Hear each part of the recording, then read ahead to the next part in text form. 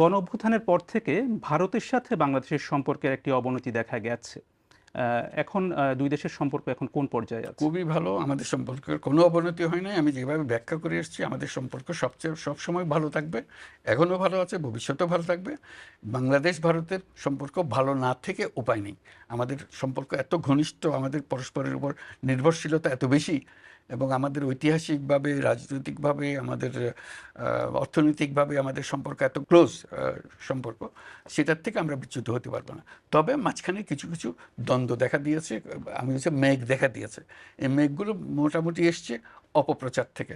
অপপ্রচারের সূত্র কারা সেটা অন্যরা বিচার করবে, কিন্তু এই অপপ্রচারের ফলে আমাদের সঙ্গে একটা ভুল বোঝাবুঝি হয়ে গেছে।